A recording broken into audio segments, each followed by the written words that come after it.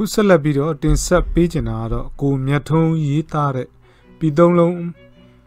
ပါတီဝင်အမတ်တက်ထွက်ဦးကျော်ဇေယျရဲ့နောက်ကျောင်းပဲဖြစ်ပါတယ်။စာရေးသူကတောက်ကြနေ့ဇွန်လ9ရက်မနက်အာယုံတက်မှာမိုးကြတော့မရွေးပါနဲ့မမေဆိုပြီးစောင်းပါရေးတင်ပါတယ်။အဲ့ဒီနေ့ရန်ကုန်တိုင်းလွှတ်တော်မှာတက်ထွက်ပြည်သုံးလုံးအမတ်ဦးကျော်ဇေယျနဲ့ကျန်းဖို့အမတ်ဦးတင်ဝင်းတို့ဦးဆောင်ပြီးတက်အမတ်တွေလက်မှတ်ထိုးကာရန်ကုန်တိုင်းဝန်ကြီးချုပ်ကိုယုံကြည်မရှိတင်ပါတယ်တင်ရတာကဦးကျော်ဇေယျကိုကူဖို့တက်ကိုယ်စားလှယ်တွေကိုတက်ချုပ်ကြီးကကြာသာပတိနေ့မှာမီးစိမ်းပြလိုက်လို့ပါသူကလည်းကိုကြီးဖြိုးကိုဖြုတ်မယ်ပေါ့ခုပြောချင်တာက NLD အနေနဲ့မိုးကြတွေကိုအမတ်တွေဝန်ကြီးတွေခန့်ရမှာတတိထားဖို့ပါတာဝန်ကတော့မှတ်ကြောက်တင်ခံခဲ့ပြီးပါပြီ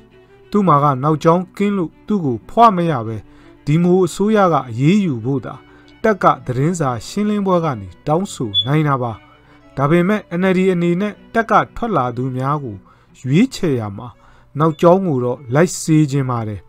တချို့လူတွေကစာရေးသူကသိပေမဲ့ NLD ကရွေးထားလို့မရေးတာပါဒေါန်ဆန်းစုကြည်မကြိုက်မှာစိုးလို့ပါအချို့မိုးကြဝန်ကြီးတွေမိုးကြအမတ်လောင်းဖြစ်လို့သူတွေနောက်ကျောင်းကင်းလို့တော့မထင်ပါနဲ့အခုတော့ NLD ကထွက်သွားပြီဖြစ်တဲ့ဦးကျော်ဇေယျအကြောင်းကိုရေးပါမယ်သူခမရ118တထုံမှာတရင်မှုလုပ်ခဲ့ပါတယ်သူကတရင်မှုထုံးစံအတိုင်း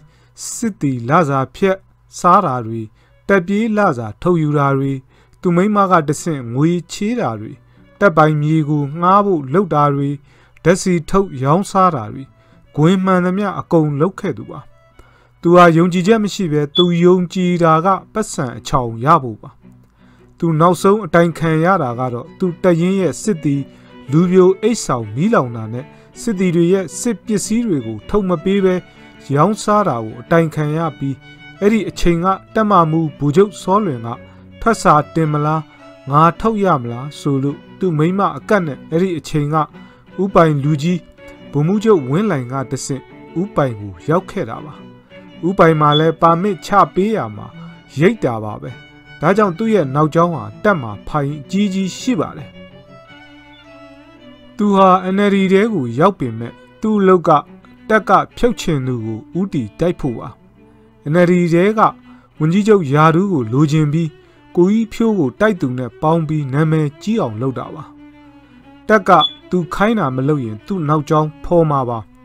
သူလွတ်တော်ထဲမှာအစိုးရကိုထောက်နေတာကသူကခိုးခဲ့တော့အခြားလူတွေကိုလည်းခိုးမယ်ထင်နေတာသူ့စိတ်နဲ့နှိုင်းတာ哦ပြည်သုံးလုံးပါတီကနေသူဝင်အရွေးခံမှာပါပြည်သူတွေမဲမပေးခင်စဉ်းစားရမှာကဒီလိုအစင်လာနဲ့ခိုးလာတဲ့စိတ်တက်မကောင်းတဲ့တာကူးကိုမဲပေးမလားမခိုးတတ်သူကိုမဲပေးမလားဆိုတာပါအချောင်သမားစိတ်နိုင်လိုမင်းထက်စိတ်ရှိတဲ့အာဓမအဖွဲ့ရဲ့ပုံရိပ်ပါသူမိမမခိုင်ဝါက policy တချင်းဆိုတာစာဖတ်သူများသိမှာပါသူအကြီးကျယ်မပြုတ်ခဲ့တာကသူမိမ policy ဆိုချိန်